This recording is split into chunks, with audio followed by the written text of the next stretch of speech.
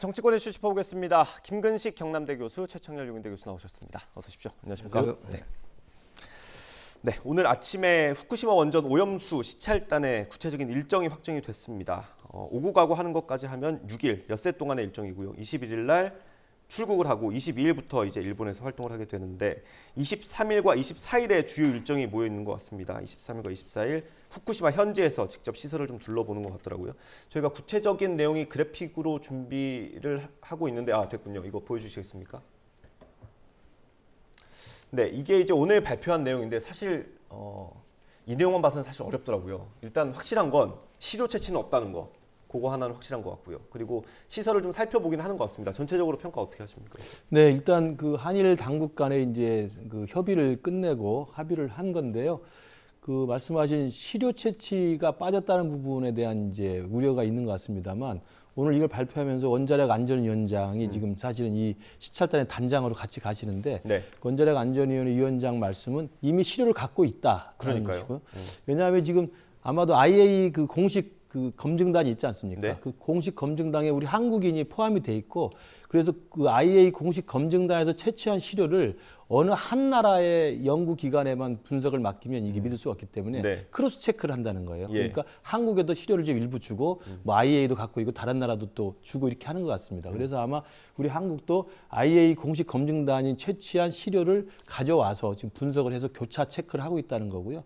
그래서 아마 시료 채취는 이번에 그 안 하는 걸로 되어 있는 것 같고 저는 제가 볼 때 그 이튿날에 지금 보고 있는 보관시설과 측정시설 그리고 가장 논란이 됐던 알프스라고 하는 다핵종 설비시설 여기를 점검하게 돼 있는 걸로 봐서는 상당한 정도의 진전을 이룬 게 아닌가 싶고요. 마지막에 이제 그 알프스를 통해서 정화된 내용의 오염수가 어떤 내용의 방사성 수치를 갖고 있는지 그것도 그 다음날 24일과 25일 그 전문가들과 함께 토론을 한다고 돼 있기 때문에 일단 이번에 시찰단이 가서 우리 국민들의 어떤 우려 그다음에 우리 국민들의 불안감을 좀 해소할 수 있는데 일정 정도 기여할 수 있기를 기대를 해보겠습니다. 이게 11시에 발표가 돼가지고 저희도 전문가 의견을 좀 많이 들어보려고 했는데 부족했습니다. 좀 아마 뒷 뉴스에서 더 자세히 설명을 해드릴 것 같고요. 교수님 일단 개괄적으로 어떻게 보셨어요? 알프스 지금 말씀하신 다핵종 제거 시설을 이제 점검할 수 있을 것이냐 이게 이제 쟁점이었는데 아까 발표하기 전까지만 해도 일본이 대단히 꺼려한다 이제 알프스 시설에 대한 이 시찰 또는 점검 자체를. 근데 일단 일정이 포함되어 있다고 하는데 그 범위가 어디까지인지 정확하게 모르겠어요. 그걸 이따 뭐 정확히 봐야지 될 것 같은데 시료 채취 어차피 안 한다고 얘기가 됐던 거니까 이제 문제는. 과연 우리가 그 오염수의 처리라든지 방류 과정을 전반적으로 점검할 수 있을 것인가가 문제인 것 같아요. 이제 이름 자체도 시찰단이니까. 그러나 이제 외교부 1차관의 얘기는 며칠 전 얘기입니다만 실제 사실 검증에 가까운 활동을 하게 될 거다 이런 얘기를 하긴 했어요. 대통령실이 초반엔 그랬죠. 네, 초반에 그랬는데 지금 이제 뭐 이따 얘기가 나올지 모르겠는데 한덕수 총리는 조금 이제 말의 뉘앙스가 다르긴 한데 그러니까 지금 문제는 과연 얼마나 정확하게 이 지금 오염수가 방류할 오염수가 안전할 거냐의 문제잖아요. 지금 이제 얘기는 IAEA에 우리 전문가도 포함되어 있고 IAEA가 정확하게 검증할 거라고 얘기하는데 그렇다면은 그렇게 IAEA가 국제원자력 기구가 정확하다면 갈 필요가 없는 거죠 사실은. 순전히 논리적으로만 따지는 게 된다. 근데 한일 간에 이제 특수한 관계도 있고 해서 이제 시찰 또는 뭐 점검하러 가는 건데. 아무튼 어떠한 범위까지 그리고 어떠한 정보를 우리가 알 수 있을 것인가 그게 관건일 것 같아요. 일정은 나왔다 하더라도 저기 내용이 문제거든요. 구체적인 내용은 정확히 알기가 좀 어려운 거라서 그래서 그 부분 좀 지켜봐야 되는데 아무튼 간에 철저한 정보를 보장받고 가야 될 것 같아요. 그렇지 않으면 다녀와서 오히려 또 다른 목소리가 나올 수가 있는 거라서 역효과가 날 수도 있는 거기 때문에 아직은 시간이 있잖아요. 21일 날 가기로 했으니까 철저한 정보를 완전히 보장받아라 그 말씀 드리고 싶습니다. 많지는 않네요. 시간이 없어요 지금. 이틀 남았네요. 그 시료 채취 부분이 뭐 이웃 나라니까 믿어야겠죠. 또 IAEA를 믿어야 되는데 일단 일부에서는 시료를 어디서 뜨느냐에 따라서 또 그게 달라질 수 있다고 하고요. 그리고 이게 지금 우리나라에 들어와 있는 시료 검사 결과를 우리 정부에 보고하는 건 그런 형태는 아니지 않습니까? IAEA에 이제 보고하는 형태가 되는 거 아닌가요? 그렇겠죠. 그러니까 아마 크로스 체크하기 위해서 IAEA가 이제 채취한 시료를 우리 지금 한국의 원자력 연구원에서 이제 그분을 검증하고 있다는 거기 때문에 그리고 우리 정부에다 뭐 협조 차원에서 뭐 공유를 할지는 모르겠습니다만 그 공식 검증 결과는 IAEA 검증단에 취합을 하겠죠. 각국에서 다 과학적 분석을 한 거기 때문에 아마 그렇게 정리를 하면 될 것 같고. 그러니까 좀 시료 채취를 우리가 직접 못한다. 그리고 그 가서 어느 정도 알프스 그 다액종 제거 시설에 대해서 우리가 직접적으로 체크할 수 있느냐는 가서 지켜보면 될 일이지만 네. 저는 그렇게 생각을 합니다. 그러니까 후쿠시마 오염수를 이제 방류를 했을 때 방류하기 전에 일단 국제적인 공신력 있는 기관은 IAEA일 수밖에 없기 때문에 네. 그 IAEA의 공식 검증단의 최종 결과 보고서를 지켜보고 네. 거기에서 전혀 문제가 없다. 그리고 문제가 있다 하더라도 인체에 심대한 해를 끼치지 않는다라는 정도가 나온다고 한다면 아마 일본 측은 그 결과를 토대로 해서 방류를 할 계획으로 알려져 있는데요.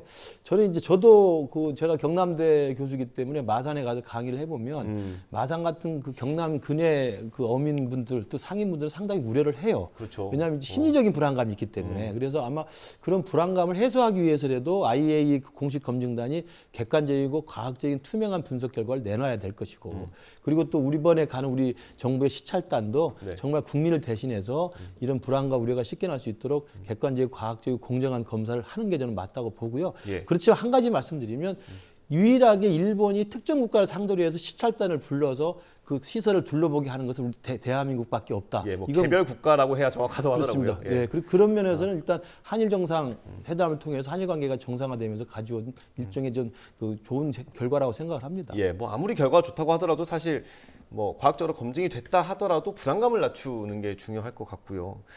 국민의힘에서는 오늘 그 앞서 내 옆에 오염수가 있으면 1리터 마실 수 있다라고 발언했던 그 교수를 불러서 네. 간담회를 한다고 합니다. 이건 어떻게 보세요?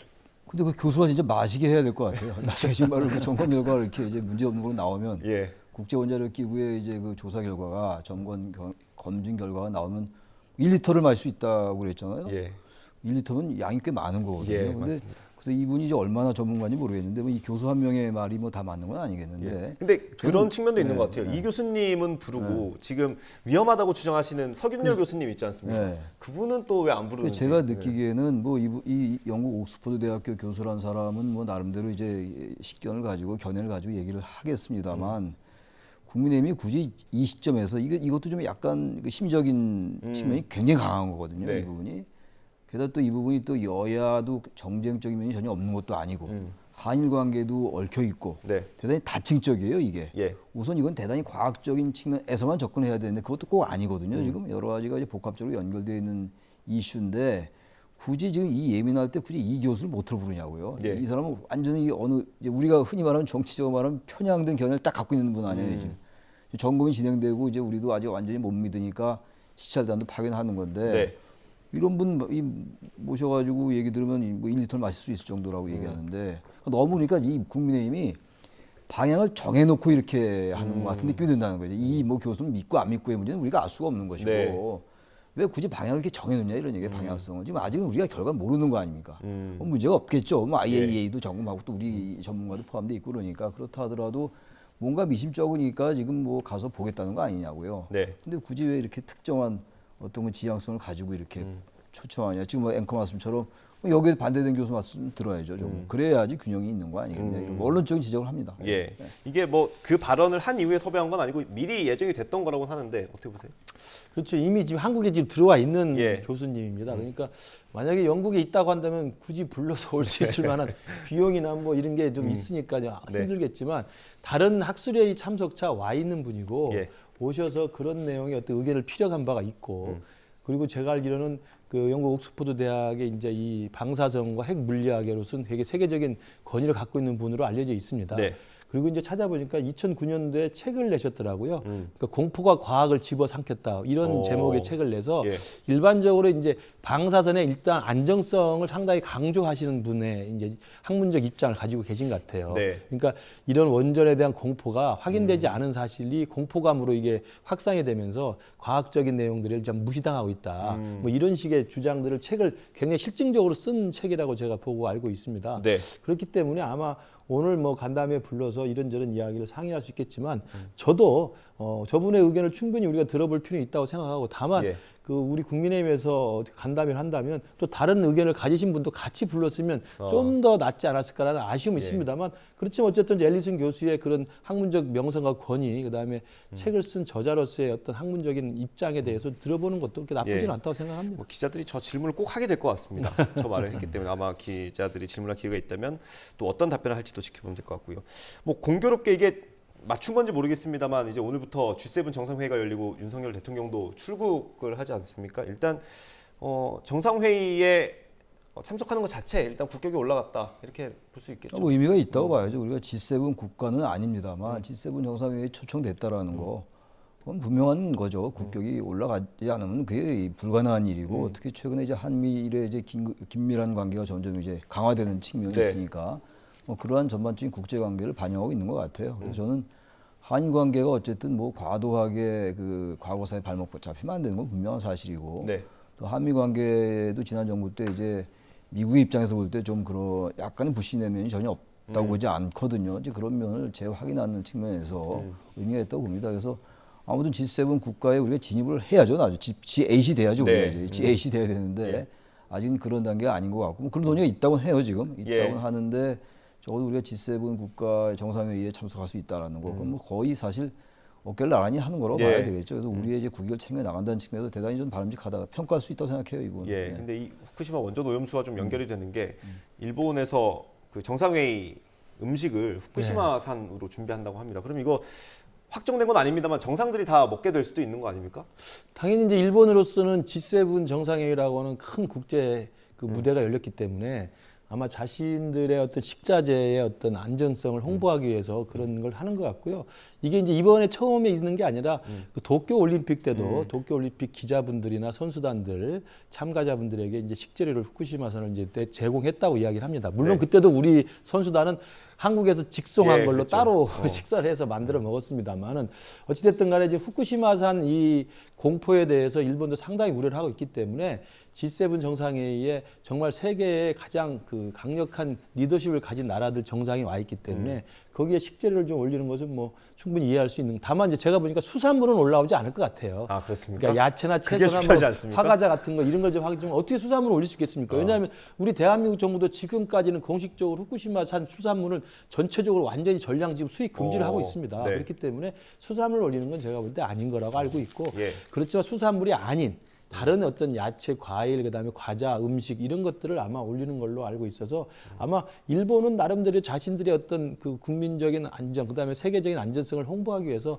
노력을 하는 것으로 보입니다. 취재 포인트를 하나 짚어주셨어요. 수산물이 올라오냐 안 올라오냐 그거 하나 보면 될 것 같고 어떻습니까? 일본이 좀 의도가 있다고 봐야겠죠. 일본의 의도가 분명한 거죠. 히로시마 정상회담에서 이제 자신들의 이 후쿠시마 이게 식자재가 완전히 안전하다라는 걸 얘기하는 거예요, 홍보하는 거예요. 그러니까 어떤 면에서 볼 때 지금 이 식재료가 올라오면서 이제 수산물은 안 올라온다고 그러는데 안 올라올 것 같아요. 제가 봐도 이런 상황에서 좀 올릴 수 있다. 그러니까 정상회의 식탁에는 안 올라오고 혹시 뭐 기자들한테 수산물 그건 말이 안 되는 거죠. 정상들하고 기자들하고 먹는 음식이 다르다는 게 뭐 있을 수 없는 얘기고 그러진 않을 것 같은데 아무튼 일본이 이걸 아주 명시적으로 이제 이 기회를 활용하는 거예요. 후쿠시마산 이거 안전하다라고 활용하는 건데 어떤 면에서 볼 때 뭐 좋게 평가하면은 일본의 자신감이기도 하고. 좀 이제 부정적으로 본다면 이런 행태는 좀 지양할 필요도 있다고 봐요. 왜냐하면 이 지금 후쿠시마산 이 수산물이 여러 가지 이슈가 되고 있고 국제적인 여러 가지 안전이나 건강에 대해서 쟁점이 되고 있는데 정상들에게 이걸 올린다. 수산물이 아니라 하더라도 이건 조금 저희 뭐 국제 간의 관계에서 조금 전 지양하고 조금 삼갈 필요가 있다고 생각해요. 저는 이런 부분들이 일본의 좀 교만함 같은 게 좀 묻어 있다고 저는 생각해요. 솔직히 말씀드려서. 저는 이제 이번에 G7 정상회의에 이제 윤석열 대통령이 참석하면서 후쿠시마 문제도 이제 지켜봐야 할 대목이긴 합니다만 중요하게 봐야 될 대목은 한일 정상이 그 히로시마 평화공원 내에 있는 한국인 유령비에 공동 참배를 한다는 겁니다. 그러니까 이건 저는 굉장히 의미가 있다고 보는 게 지금까지 이제 우리가 동경으로 가서 정상회담하고 그다음 기시다 총리가 한국에 와서 정상회담 했을 때 이른바 위안부 문제 플러스 강제징용 해법에 대해서 상당히 많은 진전과 합의를 했습니다만 여전히 이제 야당 일각에서는 반대를 하고 아직 사과가 미흡하다 이야기를 하고 있는데 이번에 히로시마 평화공원 안에 있는 한국인 그 유령탑을 한일 정상이 공동으로 참배한다는 것은 그 유령탑이 아시겠지만 강제징용된 우리 한국인 노동자들이 그때 원폭으로 돌아가신 분들입니다.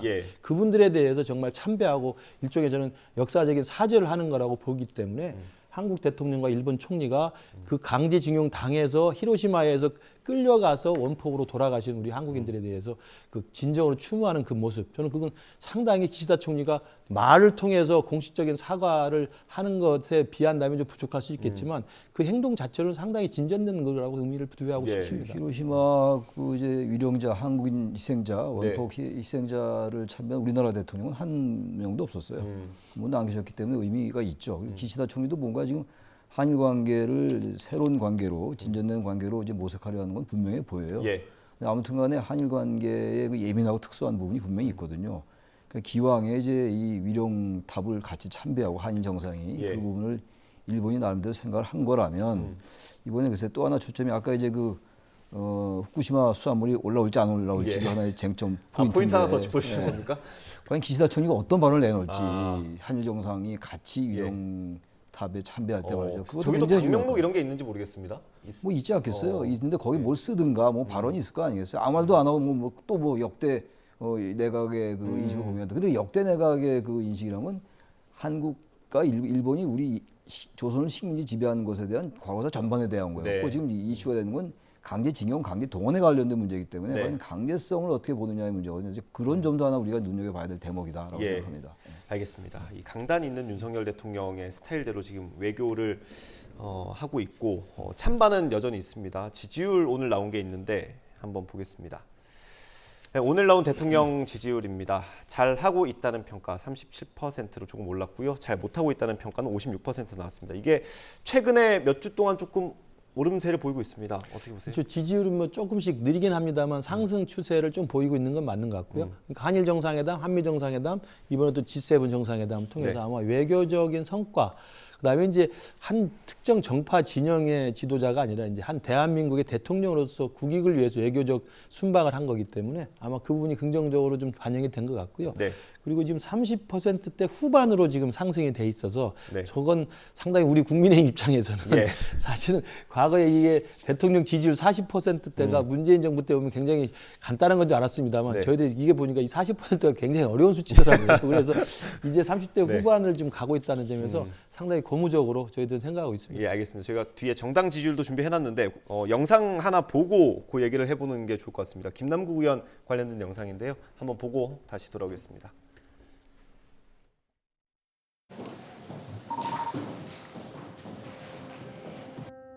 더불어민주당은 가상자산 거래 논란으로 탈당한 김남국 의원에 대한 국회 윤리특위 제소를 결정했고 쇠도 달궜을 때 두드려라는 말이 있지 않습니까? 참을 하려면 단칼에 해야 되는데 하까막 이걸 한 나흘 정도 해버리면 마속은 아마 쫄려서 죽을 겁니다. 만시지탄이라고 하죠. 조국 사태보다도 더 민주당에는 악성이라는 거죠. 지금 이 문제가. 더 봐요. 조국 장관 문제가 생겼을 때만 해도 사실 민주당이 그 문제에 대해서 뛰어들어서 사실은 그게 이제 여러 가지 정치적으로 옹호하는 것처럼 보이면서 국민들한테 비판을 받은 거 아닙니까? 조국의 강을 건넜으면 됐지. 남국의 강을 또 왜 들어가려고 합니까? 해결해 나가야지. 그것이 정치죠.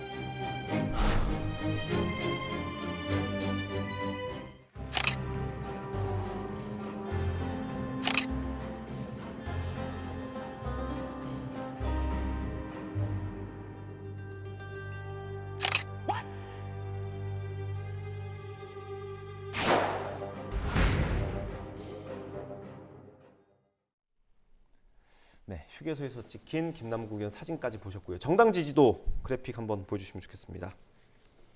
이게 사실 지난주 내내 지금 김남국 의원 사태로 뉴스가 많이 나오지 않았습니까? 뭐 교수님 아까 방송하기 전에도 말씀해 주셨는데 민주당 지지율이 올랐습니다. 이거 어떻게 봐야 됩니까? 우선 이제 우리가 흔히 가장 일상적으로 보는 관점이라면 워낙 이제 김남국 의원 코인 이 얘기가 벌써 2주째 얘기가 되고 있어요. 5일날 저 사건이 첫 보도가 5일입니다. 불거졌거든요. 그러니까 벌써 오늘 19일이니까 2주네요, 진짜. 저 조사는 지금 이제 16, 17, 18일 조사긴 합니다만 거의 2주에 가까운 기간이에요. 워낙 많이 나오면서 이제 민주당을 지지한 분들이 이러다 지지율 더 떨어지겠다라는 위기의식에 따른 뭐 지지층 결집 뭐 이렇게 우리가 볼 수 있겠죠. 결과를 가지고 일단 사후 분석하는 겁니다. 지금. 지지층 결집. 결집이 있는 거라고 보는데 글쎄요, 생각보다 김남국 의원 코인에 관련된 게 지지율이 올라온 게 이해가 안 가긴 해요. 솔직히 말씀드려서. 근데 물론 이제 세대별로 다를 겁니다. 아마 세대별로 지역별로 다를 텐데 뭐 어느 세대가 이 30대가 제일 많이 떨어진 거 나온 거죠 지금. 근데 20대가 어떤 생각하고 있는데 한번 20대의 생각이 처음에 이 사건이 보도되고 이럴 때는 상당히 지지율이 안 좋게 나왔던 걸로 제가 아는데 시간이 지나가면서 좀 면역된 면도 있는 것 같고 아마 그런 점이 반영된 게 아닌가 생각합니다. 예, 말씀해 주신 것처럼 지난주 나왔던 이 갤럽 여론조사에서 청년층의 지지도가 굉장히 많이 떨어졌었어요. 그 민주당 같은 경우 20대에서 지난주 나왔던 게 19%인데 20대는 32%로 회복이 됐고요. 근데 30대 같은 경우는 33%에서 25%로 떨어졌어요. 그러니까 20대는 회복이 됐고 30대는 더 떨어진 겁니다. 이건 어떻게 봐야 됩니까? 글쎄요, 그러니까 그 매주 이제 일주일에 한 번씩 나오는 갤럽의 정기 여론조사 결과에 대해서 우리가 이제 그 자체의 수치를 넣고 정치적인 의미를 부여해서 해석을 합니다만 20대가 지난주에 떨어진 것은 당연히 김남국 코인 사태 때문에 특히 20대 같은 경우 영끌을 해서라도 코인에 상당히 투자했던 분들이 그 낭패를 본 적이 많지 않습니까? 그것에 대한 상대적 박탈감 때문에 많이 떨어졌을 텐데 아마 이번에 다시 회복됐다는 이야기는 지난주에 민주당이 나름대로 또 그 20대가 봤을 때는 마무리 수순에 들어가는 게 아니냐. 그러니까 일종의 탈당 조치가 있었고 그다음에 지난 주말 사이에 이재명 대표가 이제 징계위를 윤리 감찰을 지시했고 그다음에 징계위에 제소까지 하지 않았습니까? 그래서 윤리특위에 제소했다는 건 사실은 이게 상당히 민주당으로서는 정리를 했다는 걸로 좀 받아들여진 것 같아요. 우리가 볼 때 아직도 미흡하긴 합니다만. 그래서 아마 20대는 그렇게 봤을 때 이제 일단 나게 됐나라는 정도의 아마 의미로 저도 그냥 사후적으로 해석을 한다. 왜냐하면 다시 회복됐다고 하니까. 그리고 30대는 뭐 여전히 계속 떨어지고 있는 것이어서 30대 같은 경우 조금 더 정치적인 이제 그 고관심층이기 때문에 그런 기사들을 봤을 때 아직도 미흡하다는 판단을 하고 있는 것 같고요. 정당 지지도도 제가 볼 때는 우리 국민의힘이 좀 떨어지고 민주당이 올랐다고 하는 것을 분석하기보다는 지금 국민의힘 32%, 민주당 33%라고 하는 그야말로 특정하게 우회를 가릴 수 없는 그냥 오차범위 내에 있는 지금 앞뒤를 알 수 없는 정도의 정당 간의 경합이다. 그리고 거기에 실망한 분들이 굉장히 늘어나고 있다. 저는 이런 추세가 계속 유지된다고 보는 거죠.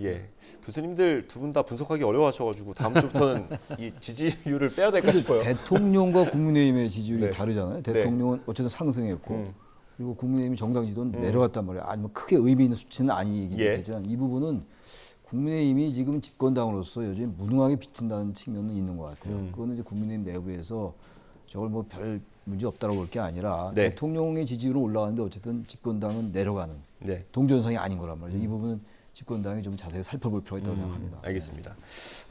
이번 주에 이제 민주당도 김남국 의원에 대한 징계안을 제출했죠. 지금 윤리위에 국민의힘이 제출한 징계안과 민주당이 낸 징계안이 같이 올라가 있는 상황인데 내용이 조금 다르더라고요. 그 국민의힘 같은 경우는 직권 남용까지 했다. 그러니까 이해 충돌까지 있다라고 보는 거고 민주당은 그것까지는 아니다. 공정을 의심받는 행동을 했지만 직권 남용이나 이해 충돌까지는 아니라고 본 거예요. 저 부분이 좀 다르더라고요. 그러면 어쨌든 민주당이 낸 안으로만 봤을 때 제명까지 가능할지 어떻습니까? 그렇죠. 그러니까 저는 그 제출된 그 징계안을 가지고 논의를 해서 그 징계 결과가 4가지가 있는데 가장 높은 수준인 의원직 제명까지 갈지 안 갈지는 이후의 문제고요. 저희 당에서 지금 이야기하는 것은 빨리 절차를 신속하게 가자는 거예요. 그 결과는 나중에 추후에 보더라도 신속하게 절차를 마무리해야지 국민들이 지금 분노하고 박탈감을 느끼고 있고 화가 나 있는데 이게 지금 의무적인 절차를 따진다면 수개월이 걸린다는 거 아닙니까?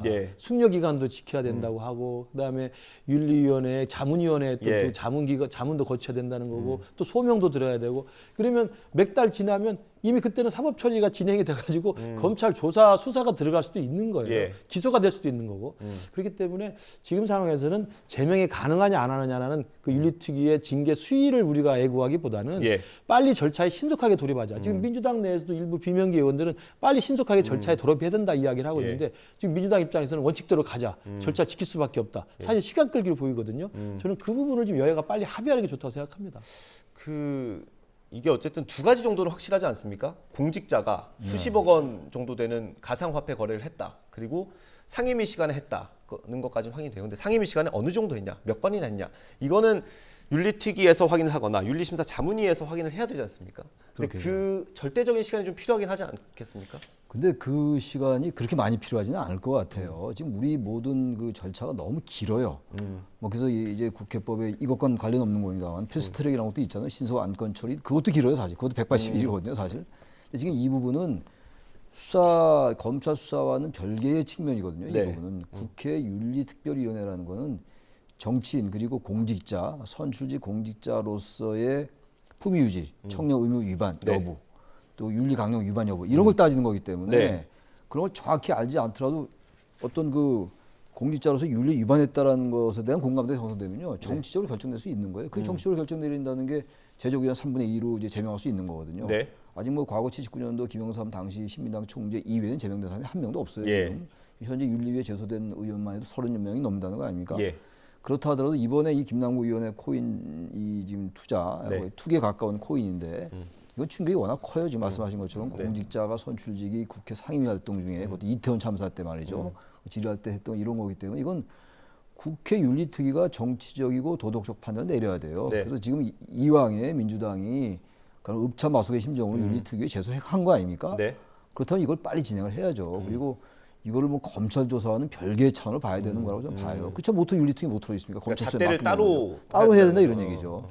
그리고 또 이게 윤리특위에 이제 많은 건들이 올라와 있습니다. 여는 여대로, 야는 야대로 상대방 의원에 대해서 윤리 징계를 요청하는 이제 안이 올라와 있는데 이렇게 여야가 같이 올라간 경우는 이게 드문 거예요. 그러니까 여야가 같이 제소를 했다는 이야기는 같이 공감하고 있다는 거죠. 김남국 의원의 이 코인 사태에 대해서는 정말 국회의원의 윤리를 심대하게 위반했기 때문에 제소를 여야가 같이 합의해서 올린 거기 때문에 저는 일정만 합의하면 신속하게 처리해서 정치적 결정을 할 수 있다고 생각합니다. 저희 시간 한 2분 정도 남았는데 이성만 의원 얘기 잠깐 해보겠습니다. 김남국 의원 때문에 많이 잊혀져 있었는데 민주당에 큰 악재가 있었죠. 전당대회 돈봉투 사건이 있었는데 현직 의원 가운데에는 처음으로 오늘 소환됐습니다. 일단 기자들이 질문도 하고 뭐 입장도 발표하긴 했는데 녹취가 나오지 않았습니까? 녹취도 그런 돈봉투 전달 의미는 아니었다라고 해명을 하더라고요. 근데 결국은 증거로 이제 말할 수밖에 없거든요. 근데 이게 과연 법원에서 그 녹취 나온 게 이성만 의원이 돈을 받은 걸로 해석할 수 있느냐, 증거로 채택되느냐의 여부거든요. 근데 지금 이제 이성만 의원은 전혀 문제 없다, 결백하다 이제 그런 얘기를 하고 이제 조사받으러 간 거 아닙니까? 돈을 준 적이 없답니다. 준 적도 없고 뭐 저기 돌린 적도 없다라는 건데 그래서 그게 어떨지 모르겠어요. 검찰이 어떠한 확증된 자료를 갖고 있는지 아니면 녹취 그것만 가지고만 의존해서 하는 건지 모르겠는데 우리나라의 대개 이 비위나 부패나 이런 뇌물에 관련된 거 돈이 왔다 갔다 하는 수뢰 사건들의 대개 보면은 증거가 정확하게 있을 때 어떤 뭐 저기 CCTV라든지 뭐 계좌 추적에 의해서 나오는 게 그게 없으면 밝혀내기 어려운 것 같아요, 증거가. 아마 그래서 관련된 의원들이 저렇게 결백을 주장하고 혐의를 부인하는 게 아닌가 이런 생각이 들기도 해요. 어쨌든. 뭐 추가로 얘기하기는 못하겠습니다만 농래 의원도 그 사업가 전혀 몰랐다 뭐 이런 저희가 그 얘기를 들려드리기도 했고요. 그러니까 사실은 뭐 돈이라고 하는 내용이 녹취록이 분명히 나오는데 저걸 저렇게 부인을 하면 좀 더 진행되면 그 목소리가 내가 아닙니다라고 부인할 수도 모를 것 같아요. 지금 우리 한국 정치가 너무 파렴치한 방향으로 가고 있는 것 같습니다. 알겠습니다. 오늘 현역 의원 중에는 처음으로 이성만 의원이 검찰에 소환됐고요. 아마 조만간에 윤관석 의원까지 소환이 되지 않을까 싶습니다. 수사 결과 좀 지켜봐야 될 것 같습니다. 오늘 말씀 여기까지 듣겠습니다. 김근식 교수, 최창열 교수였습니다. 감사합니다. 감사합니다.